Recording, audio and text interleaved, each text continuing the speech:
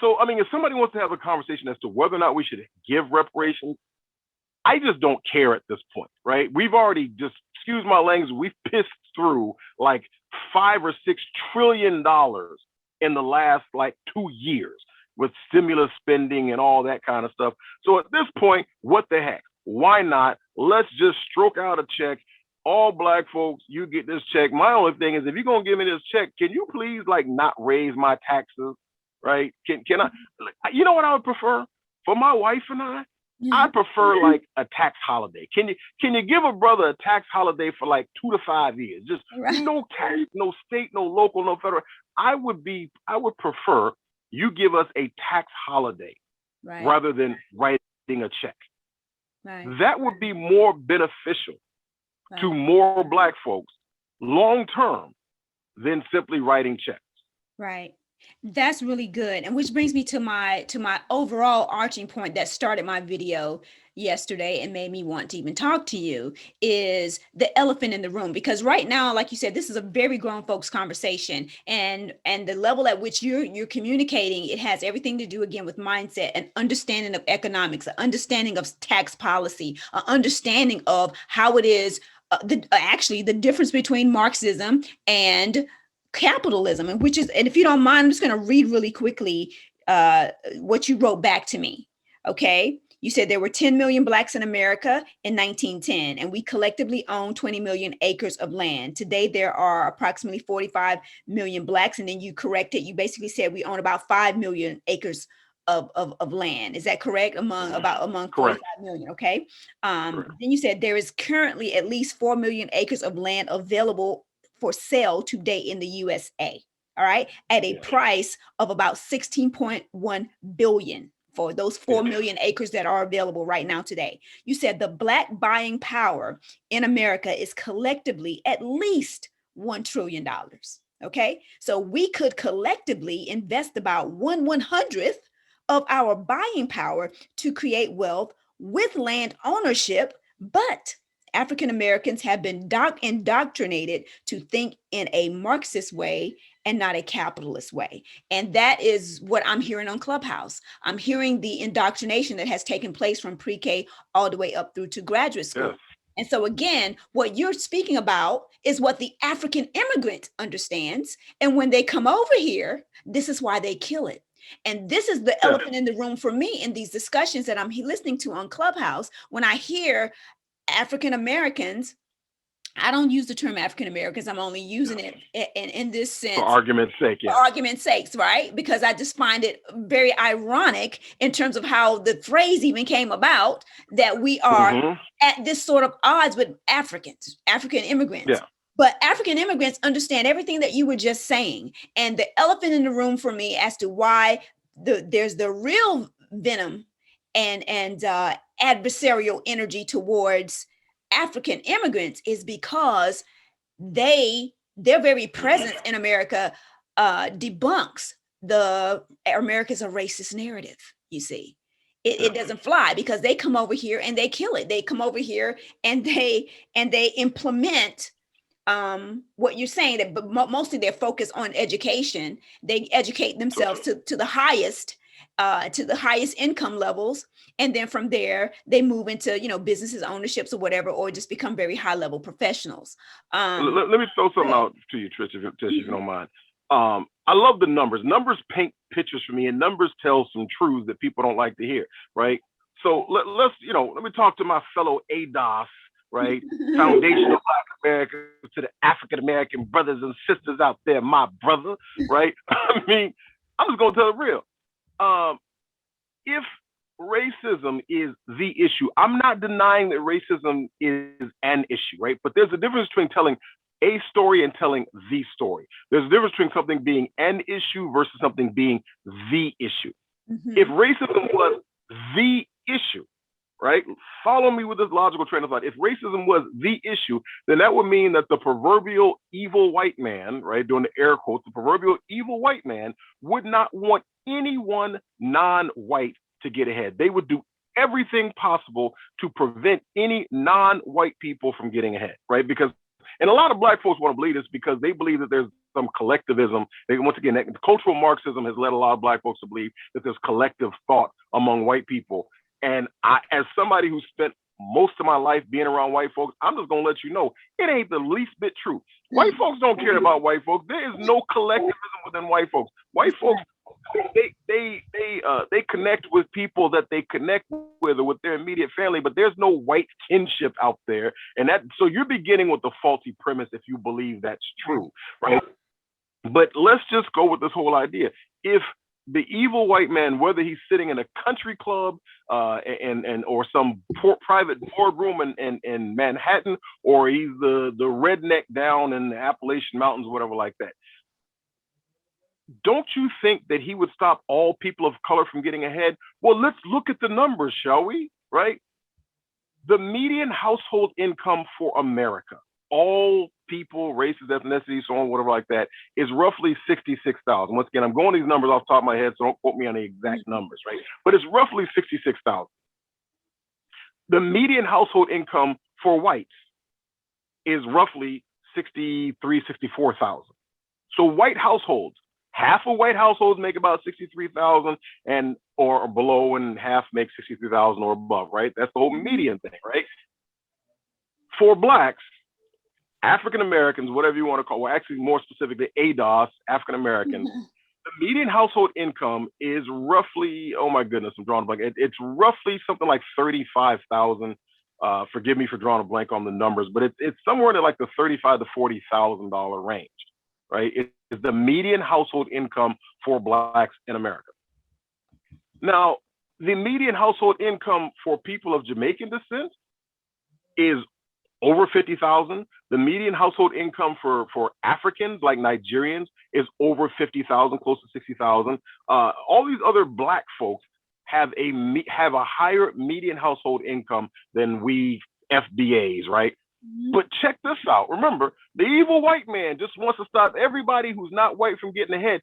So why the heck is it that the average Indian, right? Indians, like from India, Indian, Southwest Asia, Indian, right, why do they have a median household income of over $130,000? How come the evil white man has let Indians have more than double the household income, median household income of white folks? Of native white folks. Of native white folks. Explain that to me, how the evil white man has let Indians, and let's just be real. Hey, listen, I'm gonna take a little shot at you. Some of you Black folks are real light-skinned. Yeah, I said skinned. Right? Whole lot of y'all real light-skinned. And I've seen and working in the technology sector, I've worked with a lot of Indians who are far darker than a whole lot of you light-skinned Black folks. And guess what? These Indians are kicking your butt. Right.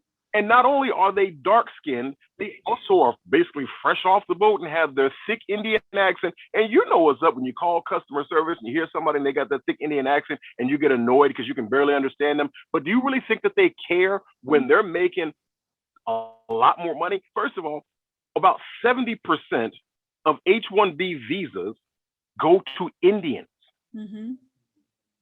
There's only 4 million Indians in the United States right now.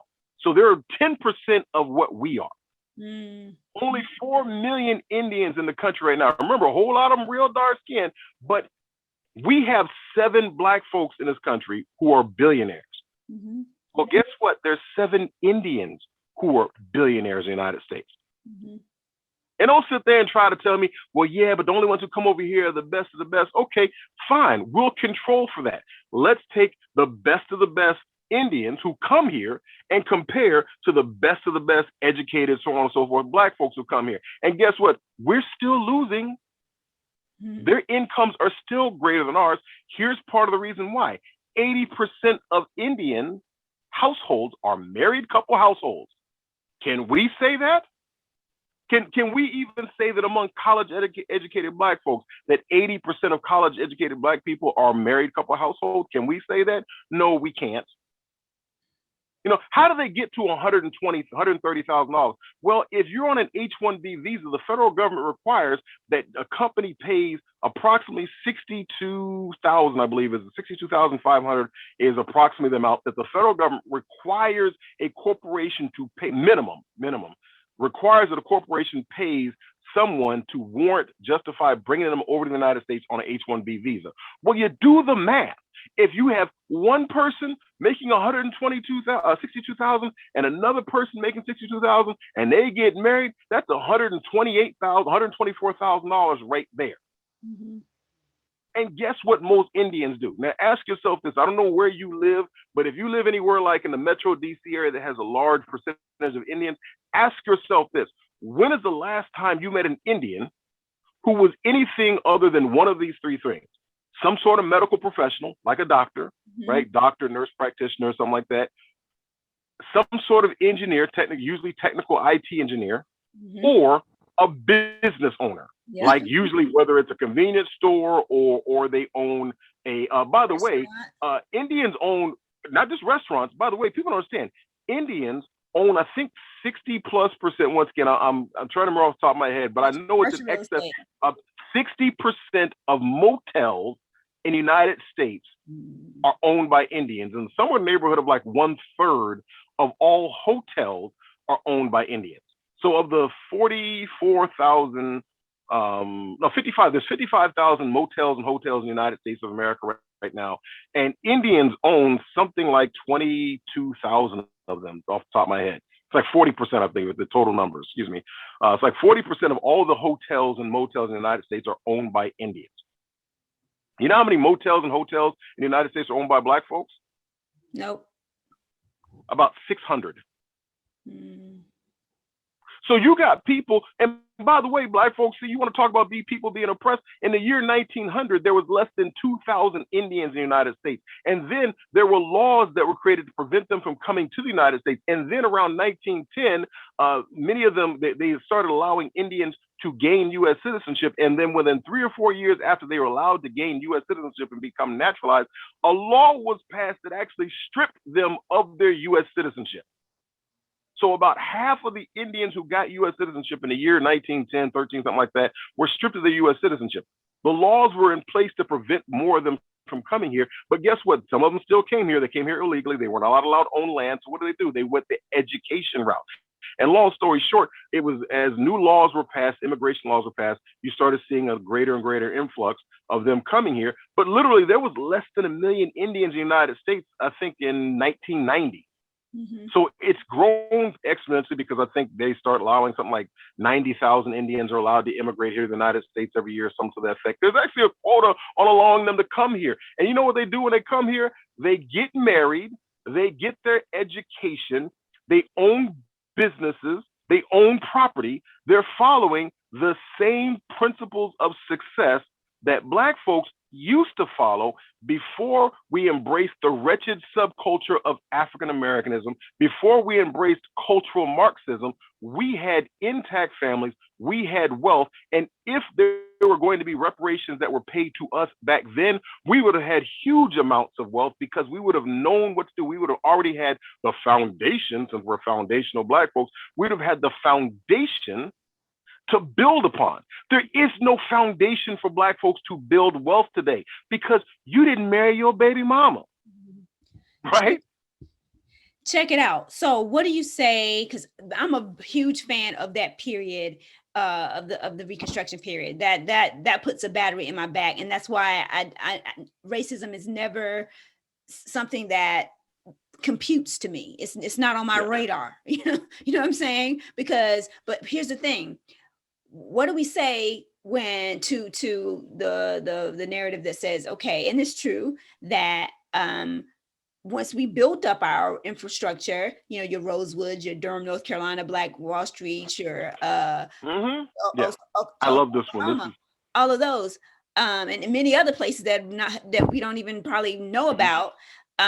What do you say to those that say, yeah, but the white man came in and sabotaged and took it, and then here come Jim Crow, and so what's your thoughts on that? Because I have a theory, but well, here's the thing about that.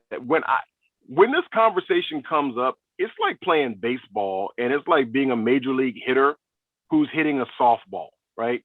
You think you're not you personally, but you think you're throwing a fastball, And for me, that's a slow pitch. It's an underhand slow pitch coming real slow that I can count the stitches on it. Here's the reason why it's so easy to knock out of the park, because I know what happened next. I actually know the history. I know what happened before, and I know what actually happened. I know what happened afterwards.